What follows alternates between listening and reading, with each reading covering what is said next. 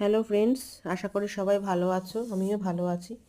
আজকে আমরা দশম বর্ষের পানিহাটি উৎসবে গেছিলাম। আমার সঙ্গে আমার ছেলে পূজা আর পূজার ছেলেও গেছিল। তো পানিহাটি উৎসবের মেনলি কিভাবে যাওয়া যায় সেটা তোমাদের সাথে শেয়ার আমি প্রথমে করছি। শিয়ালদা থেকে যে কোনো ট্রেন, রানাঘাট লোকাল, শান্তিপুর, নৈহাটি, কল্যাণী ট্রেনে উঠে সোদপুরে নেমে অমরাবতীতে আসতে পারো। আর বারাসাত থেকে যে কোনো বাসে উঠে তোমরা অমরাবতী মাঠে নামলেই পানিহাটি উৎসবে এসে উপস্থিত হবে।